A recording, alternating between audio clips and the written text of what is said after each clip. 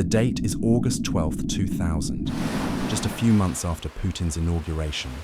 A Russian nuclear submarine sets out for a naval exercise in the Barents Sea. What the crew doesn't know is that no one will return alive. This is the true story of the Kursk submarine disaster. At the start of 2000, Russia was still feeling the effects of the collapse of the Soviet Union. Poverty, corruption, and uncertainty for the future were still present. During that time, Russia also elected an ambitious new leader, Vladimir Putin. One of his top priorities was to restore the lost prestige of Russia in general, including the Russian military. However, the armed forces were not yet ready to match their former glory. The ongoing economic crisis had taken its toll on the military. Significant budget cuts had left equipment rusting in the sea and on land, with former bases turning into vast scrapyards. Out of the 180 submarines in the Soviet fleet, only 40 were still seaworthy. Nevertheless, one program continued, the development of the Kursk submarine. During the Cold War, Soviet submarines were typically one generation behind their American counterparts, lagging in systems such as electronics and silent propulsion while submerged. However, the Kursk was different.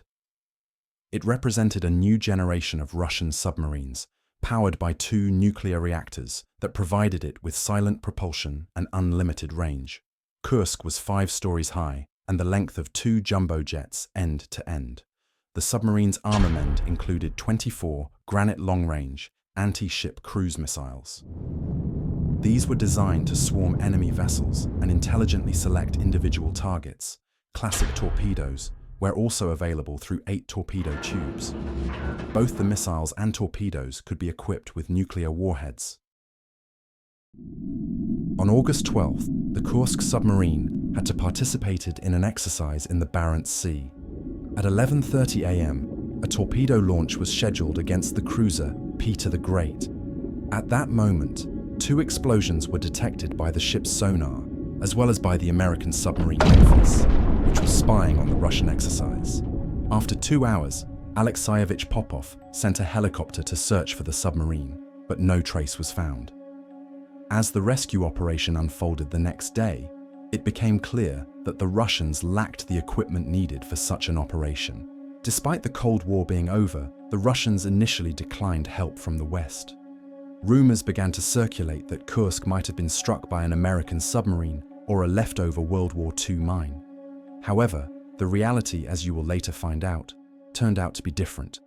At that morning of August 12th, sailors had loaded a practice version of a peroxide-fueled torpedo. During the process, peroxide likely leaked through a gasket or corroded seal. When the leaking peroxide came into contact with brass or copper, pressure built with irresistible force until the torpedo exploded, blowing back into the torpedo room. The shockwave rippled through the submarine, instantly killing all in its path.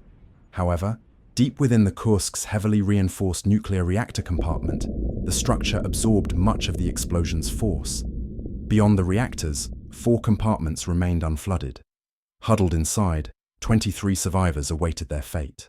In the dim red glow of emergency lighting, the survivors helped each other move toward the last compartment, where they sought refuge. But the air inside was rapidly becoming stale, filling with carbon dioxide. The survivors were alive, but their situation was dire, trapped in a cramped, freezing and pitch-dark space. Like all modern submarines, the Kursk was equipped with 2 escape hatches. One had survived the blast, offering a theoretical chance for the men to don breathing masks and float to the surface. However, if they surfaced and weren't immediately rescued, they would succumb to hypothermia in the icy water. Obsolete Russian rescue systems were available, but the British and American navies, already aware of the incident, had advanced vessels ready for immediate deployment. Despite this, Russia refused to seek help.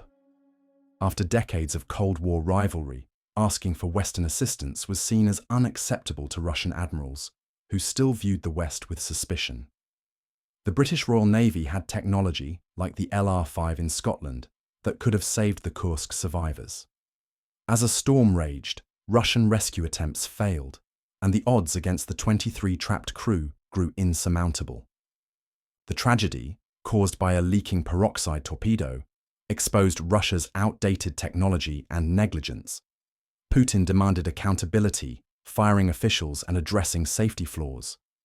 The Kursk disaster remains a symbol of Russia's decline at the start of the 2000s, a decline Vladimir Putin was determined to reverse. If you enjoyed my video, please leave a like and consider subscribing. See you in the next one.